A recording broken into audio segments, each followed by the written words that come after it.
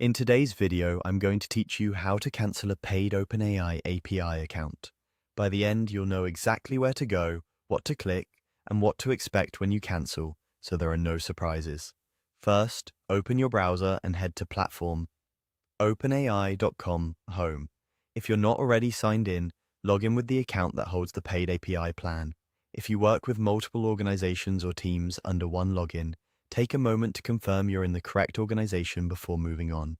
This helps ensure you're canceling the right plan and looking at the correct billing details. Once you're on the OpenAI platform, look for billing. Depending on your layout, you may see a Go to Billing button on the home page or a billing option inside Settings.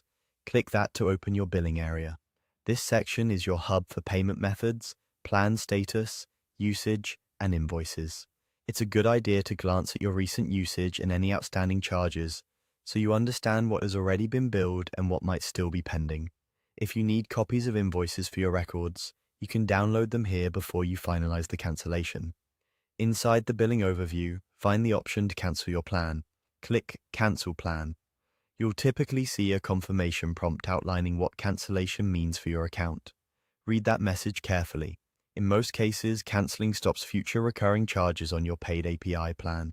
You're still responsible for any usage that has already occurred, and some charges may finalize after you cancel if they were incurred prior to cancellation. Access may end immediately or at the conclusion of your current billing period, depending on how your plan is structured.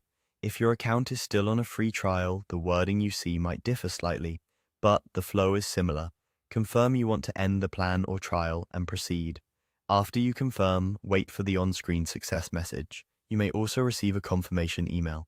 If it doesn't show up, check your spam or promotions folder. Keep in mind that API requests made after cancellation will likely be blocked or billed differently, so plan accordingly.